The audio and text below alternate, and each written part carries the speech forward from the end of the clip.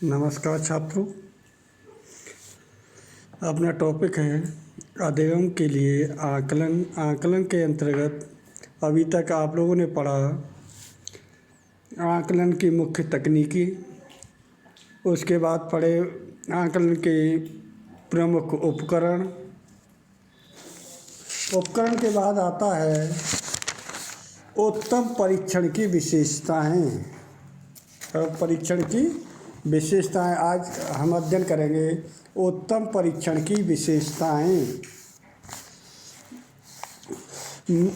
परीक्षण की विशेषताओं के अंतर्गत देखिए परीक्षण क्या होता है। पहले तो इसे बारे में समझ लेना चाहिए कि परीक्षण क्या है, ये क्या अभिप्राय है, क्या तात्पर्य है।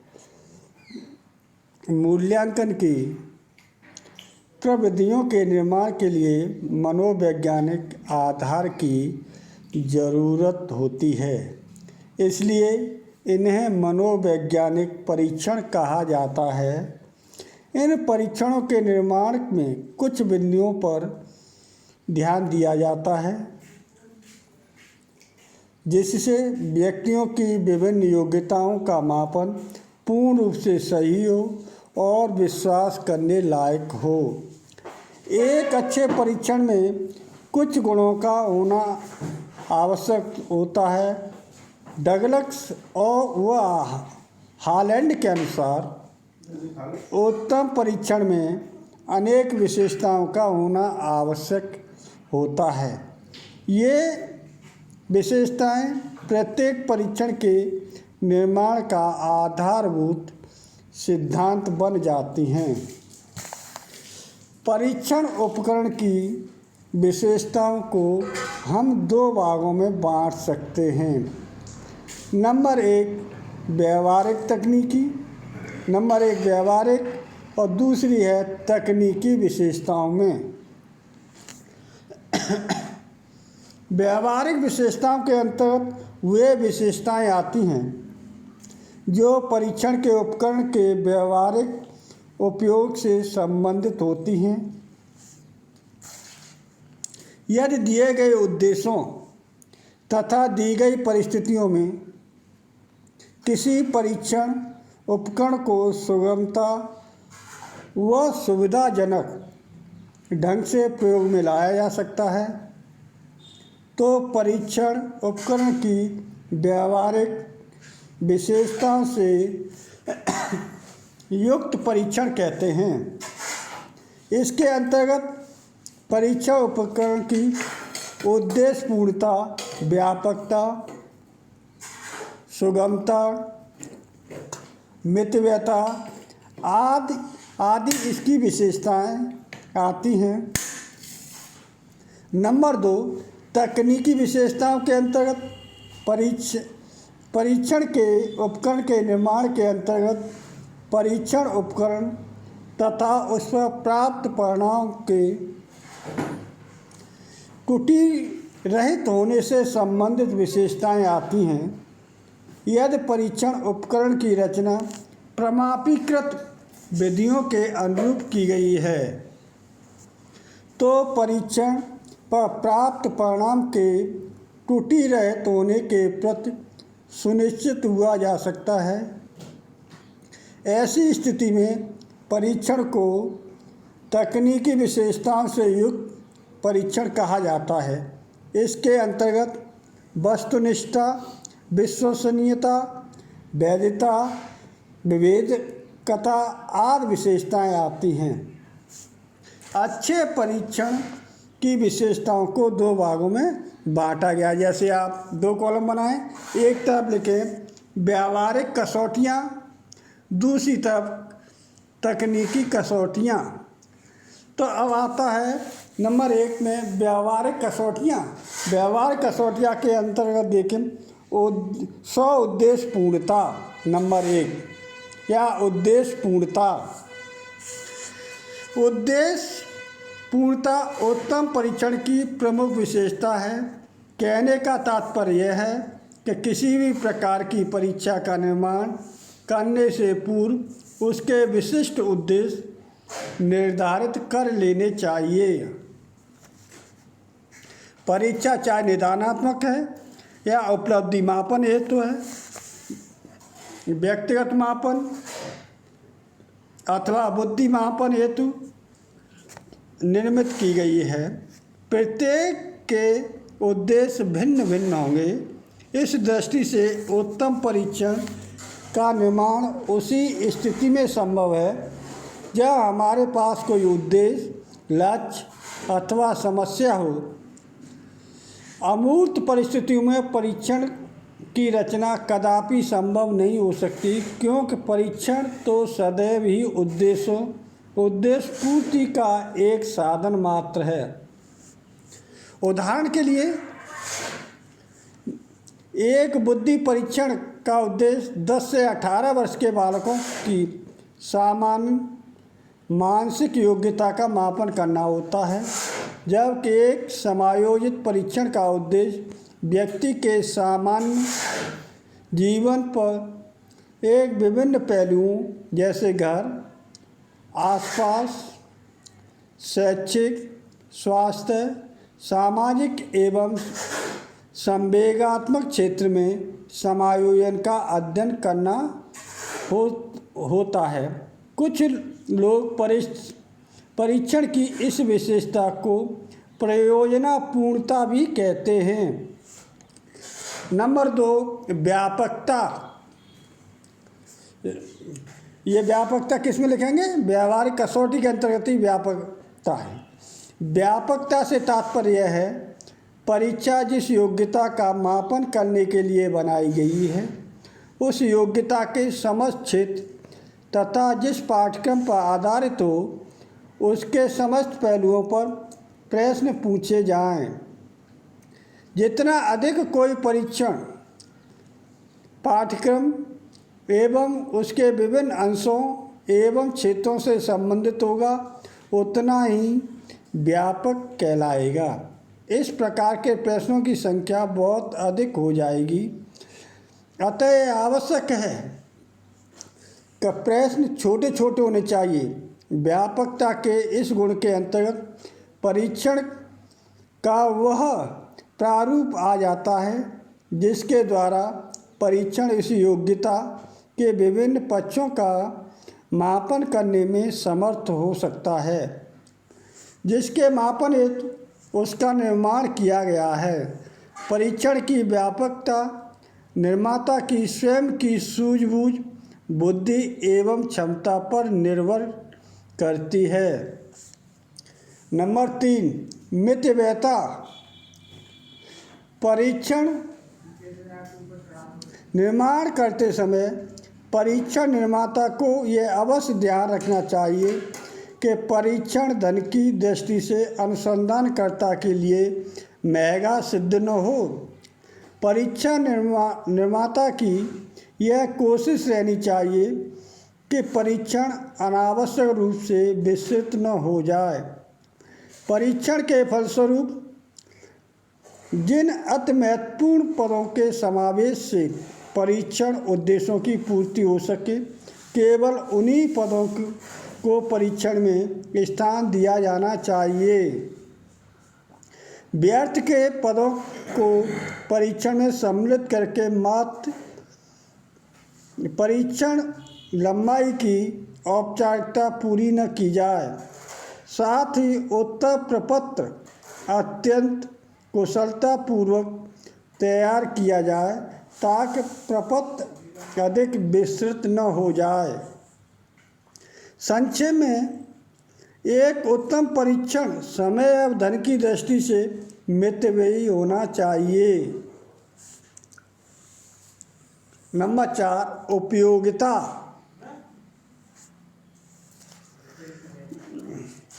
नंबर 4 कौन सा? उपयोगिता। यह वह परीक्षा जो निर्माण करने, छात्रों द्वारा उनको हल करने तथा उसका अंकन करने तीनों पक्षों की दृष्टि से सरल हो, एक अच्छा परीक्षण कहलाता है।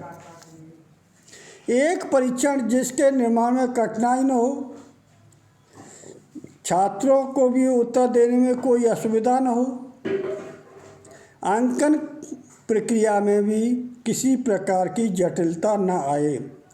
उपयोगी एवं सहजता के गुणों से युक्त परीक्षण समझा जाए। प्रशासन में सुविधा की दृष्टि से निर्माता को एक ऐसी परीक्षण की रचना करनी चाहिए जिसे विद्यार्थी अपनी सामयिक परिस्थितियों के अनुकूल प्रभावी ढंग से प्रशासित कर सके। साथ ही निर्देश इतने स्पष्ट होने चाहिए जिससे कि परीक्षार्थी को उन्हें समझने में कोई कठिनाई न हो। द्वयार्थी वाक्यों को भी प्रयोग नहीं करना चाहिए। यदि संभव हो सके तो नमूने उदाहरण भी दे देने चाहिए। विवरण पुस्तिका में परीक्षण संबंधी विस्तृत जानकारी दी जानी चाहिए। इसके अतिरिक्त परीक्षण का फलांक तथा विवेचना भी सुगम हो। अंकन में सुविधा की दृष्टि से उत्तर कुंजी पहले से तैयार कर ली जाती है। ऐसा करने से अंकन चाहे कोई भी करे और किसी भी समय करे, कोई अंतर नहीं आएगा। विवेचन की दृष्टि से निष्कर्ष ठीक प्रकार से निकाले जा सकते हैं। इसके लिए आवश्यक है कि विवरण पत्रिका में तालिका, गणना, प्रविधियाँ तथा मानक आदि का विस्तृत जानकारी दी जानी चाहिए। नंबर 5, ग्राहकता। एक अच्छे परीक्षण में ग्राहकता का गुण होना चाहिए। ग्राहकता से तात्पर्य है किसी भी परीक्षण को उन व्यक्तियों पर तथा उन परिस्थितियों में सफलतापूर्वक प्रशासित किया जाना चाहिए जिनको आधार बनाकर उस परीक्षण विशेष की मानवीकरण प्रक्रिया संपन्न की गई है। परीक्षण मुख्यतः 2 प्रकार के होते हैं: अध्यापक निर्मित परीक्षण तथा मानवीकृत परीक्षण। अध्यापक निर्मित परीक्षण का यही एक मुख्य सीमा होती है कि उनका प्रयोग क्षेत्र अत्यंत सीमित होता है तथा उनका सफल प्रशासन क्लास की परिस्थितियों पर अत्यंत निर्भर करता है। ऐसे बहुत कम परीक्षण हैं जिन्हें ग्राहकता अभी भी बनी हुई है। इनके प्रमुख हैं विदेशों में बने साइमन बुद्धि परीक्षण तथा भारत में चटर्जी अशाब्दिक प्राथमिकता प्रपत्र। कहने का तात्पर्य यह है कि किसी भी परीक्षण में ग्राहकता की उपरोक्त विशेषता का समावेश करने के लिए ऐसे व्यक्ति एवं परिस्थितियों का चयन करना चाहिए जो मानवीकरण की प्रक्रिया में अधिक प्रभावित न कर सके। अब आता है तकनीकी कसौटियाँ। अभी आपने क्या पढ़ा? व्यावहारिक कसौटियाँ। अब आते हैं तकनीकी कसौटियाँ। नंबर 1, मानवीकृत। यह एक उत्तम परीक्षा मानवीकृत होता है। इसका अर्थ यह है कि परीक्षण में दिए जाने वाले प्रश्नों, निर्देशों, परीक्षा लेने की विधियों तथा प्रशासन एवं फलांक प्रक्रिया को पहले से ही निश्चित कर लिया गया हो ताकि मूल्यांकन वस्तुनिष्ठ तरीके से किया जा सके। सीवी गुड के अनुसार एक मानवीकृत परीक्षण वह है जिसमें विषय वस्तु का चयन अनुभव के आधार पर किया गया हो, जिसके प्रशासन एवं फलांकन की समरूप विधियों को विकसित किया गया हो तथा फलांकन की वस्तुनिष्ठ विधि से किया गया हो। नंबर 2, वस्तुनिष्ठता या ऑब्जेक्टिविटी या बहुविकल्पीय। किसी भी परीक्षण का वस्तुनिष्ठ होना अत्यंत आवश्यक है क्योंकि इसका प्रभाव विश्वसनीयता एवं वैधता दोनों पर ही पड़ता है। वास्तव में जो परीक्षा वस्तुनिष्ठ नहीं होती वह वैध तथा विश्वसनीय भी नहीं हो सकती। कोई परीक्षा वस्तुनिष्ठ तब होती है जब उसके प्रश्नों के उत्तरों पर अंक देते समय विभिन्न व्यक्तियों में मतभेद न हो, जिनके प्रश्नों की व्याख्या या जिनके अर्थ भिन्न भिन्न प्रकार से न किए जा सकें, जिनके उत्तर बिल्कुल ठीक या बिल्कुल अशुद्ध हों, उन पर अंकन देते समय विभिन्न व्यक्तियों में मतभेद न होता हो। संक्षेप में वह परीक्षा वस्तुनिष्ठ कहलाती है जिस पर परीक्षा का व्यक्तिगत प्रभाव नहीं पड़ता। एक बार अंकन कुंजी बन जाने पर यह प्रश्न ही नहीं उठना चाहिए कि प्रश्न अस्पष्ट तो नहीं अथवा उसके उत्तर के बारे में निश्चितता का अभाव है। अब मूल्यांकन चाहे कोई भी करे, परीक्षार्थी को सदैव उतने ही अंक मिलने चाहिए जितने को उसको प्रथम बार मिले थे। इसी को वस्तुनिष्ठता कहते हैं। निबंधात्मक परीक्षाओं में यह बात नहीं होती तथा उत्तर पुस्तिकाओं का मूल्यांकन करते समय परीक्षक का व्यक्तिगत निर्णय अधिक महत्व रखता है। यही कारण है इन परीक्षाओं के स्थान पर हम नवीन परीक्षा प्रणाली को अधिक प्रयोग में लाते हैं। नंबर 3, विविधकारिता।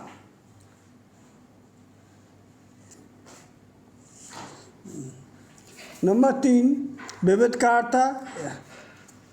विविधकारिता का तात्पर्य है, ये इसमें पॉइंट नहीं है फिर भी आप समझ लें, यह एक उत्तम परीक्षण में विविधकारिता का गुण अनिवार्य रूप से विद्यमान रहता है। वस्तुतः विवेककारी परीक्षा उसे कहते हैं जो उच्च योग्यता एवं निम्न योग्यता वाले विद्यार्थियों में भेद बता सके, अर्थात यह परीक्षण प्रतिभाशाली एवं मुंद बालकों में अंतर स्पष्ट कर सके। इस उद्देश्य से परीक्षा के प्रश्न कुछ जटिल बनाए जाते हैं और कुछ सरल, जिससे उन्हें दोनों प्रकार के विद्यार्थी हल कर सके। परीक्षा का उद्देश्य यही होता है कि अच्छे व कमज़ोर छात्रों में भेद किया जा सके। अतः आवश्यक है परीक्षा का प्रत्येक आइटम विवेककारी हो, अर्थात जिसका उत्तर ठीक योग्य बालक तो दे सके लेकिन कमज़ोर नहीं। परीक्षण के विभिन्न पदों की विभेदीकरण क्षमता ज्ञात करने के लिए प्रत्येक पद का विश्लेषण किया जाता है। इस प्रकार प्रक्रिया का पद विश्लेषण कहते हैं, जिसके माध्यम से प्रत्येक पद की कठिनाई स्तर का भी पता चल जाता है। नेक्स्ट आता विश्वसनीयता। यह उत्तम मनोवैज्ञानिक परीक्षण की सबसे महत्वपूर्ण विशेषता तथा उसकी विश्वसनीयता है, अर्थात जिस पर विश्वास किया जा सके उसे विश्वसनीयता से हमारा तात्पर्य ऐसी परीक्षा से है जो बार बार प्रशासित करने पर एक से ही निष्कर्ष प्राप्त हो। अर्थात यदि किसी परीक्षा के परिणाम पुनः परीक्षण के पश्चात समान परिस्थितियों में एक समान बने रहते हैं तो उस परीक्षा को विश्वसनीयता माना जाता है। इस प्रकार किसी परीक्षा को विश्वसनीयता परीक्षा में न्यायाधर्ष की मात्रा तथा अंकों की वस्तुनिष्ठता पर निर्भर करती है। विश्वसनीयता का संबंध मापन की यथार्थता से है। किसी भी प्रकार के मापन में कोई त्रुटि न हो यह संभव नहीं होता। दूसरे किसी भी परीक्षा के परिणाम अनेक कारकों से प्रभावित होते हैं, जिनके परिणाम स्वरूप हमारे परिणामों में एक रूपता नहीं रह पाती। इस प्रकार कोई पद तभी विश्वसनीयता कहलाएगा जब वह विद्यार्थी की सही उपलब्धि अथवा स्तर का ज्ञान कराए अथवा परिणामी अंक त्रुटि की संभावना से मुक्त हो। त्रुटियों की संभावना प्राय निर्देशों की अस्पष्टता के कारण होती है। यह दो प्रकार से हो सकती है या दो स्तरों से हो सकती है। प्रथम, जब विद्यार्थी प्रश्न का उत्तर दे रहा है और दूसरे जब परीक्षक उत्तर मूल्यांकन कर रहा है। नेक्स्ट आता है वैधता। किसी भी परीक्षण की एक अत्यंत आवश्यक गुण है, क्योंकि जब तक कोई परीक्षण वैध नहीं तब तक उपयोगी नहीं हो सकता। इसका अर्थ यह है कि यदि कोई परीक्षण वही मापन करता है जिसका मापन करने के लिए उसका निर्माण हुआ है, तो वह परीक्षण वैध कहलाता है। प्रत्येक परीक्षण का निर्माण किसी न किसी प्रयोजन की ध्यान में रखकर ही किया जाता है। यदि कोई परीक्षण किसी श्रेणी अथवा स्तर के विद्यार्थियों के लिए उसी विषय अथवा विशेषता का ही मापन करता है जिसके लिए उसका निर्माण किया गया है, तो वह परीक्षा वैध मानी जाती है। इस प्रकार हम कह सकते हैं कि वैधता का अर्थ वह कार्य कुशलता जिससे कोई परीक्षण उस तथ्य का मापन करता है जिसके लिए वह बनाया गया है। उदाहरण के लिए, अगर कोई परीक्षण छात्र की गणितीय योग्यता का मापन करने के लिए बनाया गया है और उपयोग में लाने पर वह छात्र की केवल इसी योग्यता का मापन करता है, तो उसे वैध कहा जाएगा। कोई भी परीक्षण सार्वभौमिक नहीं हो सकता। एक परीक्षण केवल उन्हीं परिस्थितियों में वैध होता है जिनका प्रमापीकरण किया गया है और वह केवल उसी समय के लिए उपयुक्त होता है जिसके न्यायाधीश पर उसका प्रमापीकरण किया गया हो। नेक्स्ट पॉइंट है आपका मानक।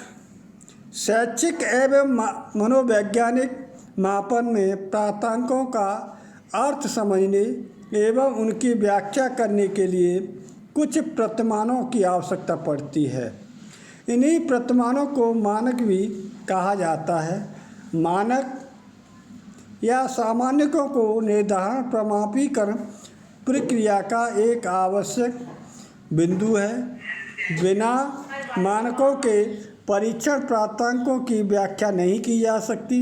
ये मानक न केवल समूह में व्यक्ति विशेष की स्थिति का ज्ञान कराते हैं, बल्कि इसके द्वारा एक व्यक्ति की तुलना दूसरे व्यक्ति से भी की जा सकती है। मुख्य रूप से 4 प्रकार के मानक स्थापित किए जाते हैं। नंबर 1 आयु मानक, नंबर 2 श्रेणी मानक, नंबर 3 शताशीष मानक तथा प्रमाणिक मानक।